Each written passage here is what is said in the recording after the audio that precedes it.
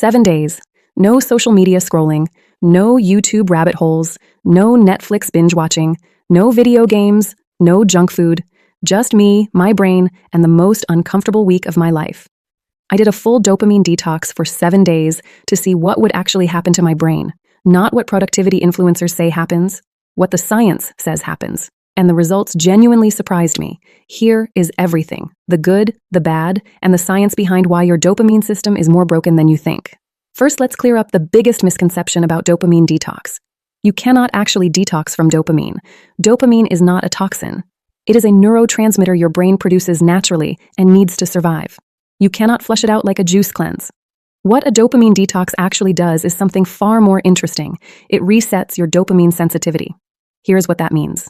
Every pleasurable activity triggers dopamine release: scrolling, eating sugar, watching videos, getting likes. When you constantly overstimulate your dopamine system with high-reward activities, your brain compensates by reducing its sensitivity to dopamine. It literally grows fewer dopamine receptors. The result? You need more stimulation to feel the same level of pleasure. Nothing feels enjoyable anymore. Work feels pointless. Simple activities feel boring. You are chasing a feeling you can never quite reach. A dopamine detox does not remove dopamine. It removes the overstimulation, so your brain can grow its sensitivity back. That is what I was testing for 7 days. Day 1 was brutal. Within 2 hours of starting, I felt a pull I can only describe as low-grade panic. Not because anything was wrong, but because my brain kept searching for the next dopamine hit and finding nothing. This is the reflex loop. Your brain has been trained to expect stimulation every few minutes.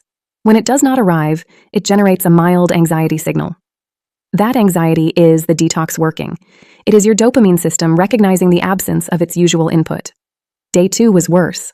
I felt genuinely bored in a way I had not felt since childhood. And here is what surprised me. Boredom felt almost painful. Neuroscientists call this hedonic adaptation reversal. Your baseline for what counts as interesting has been set so high by constant stimulation that normal life feels gray by comparison. By the end of day 2, I noticed something strange happening. I started actually thinking. Not consuming, not reacting, just thinking. Ideas appeared that had not been there before. My brain was finally getting the silence it needed to run its own processes. Day 3, something shifted. The anxiety was still there, but quieter. I started noticing small things that I had stopped noticing. The taste of food became more vivid. A conversation felt genuinely interesting. Reading a book felt manageable instead of impossible. This is dopamine sensitivity recovering. When you remove high stimulation, low stimulation starts registering again. Your brain is not broken. It was just overwhelmed. By day 4, I had more creative ideas in one afternoon than I had experienced in the previous 2 weeks combined. This is exactly what neuroscientists predict happens when the default mode network, your brain's creativity system, finally gets space to operate. Day 5 brought something unexpected: deep focus. I sat and worked on a single task for 90 minutes without checking anything.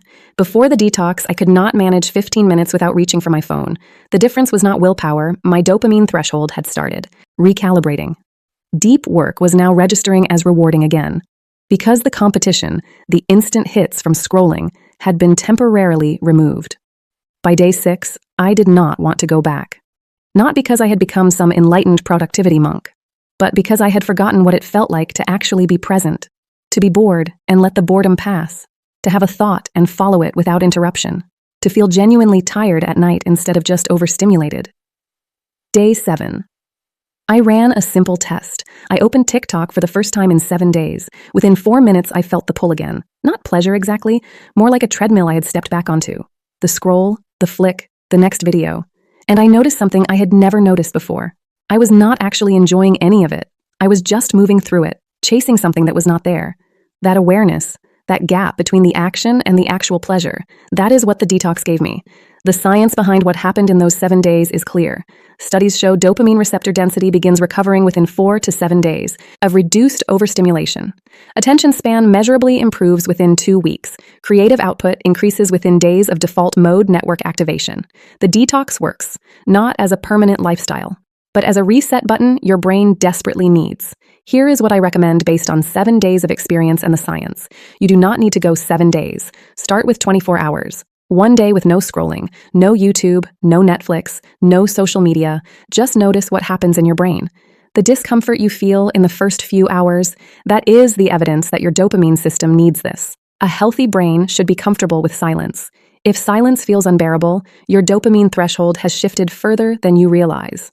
Subscribe to VPod Brain. Every week, we cover the science of what is actually happening inside your brain and what to do about it.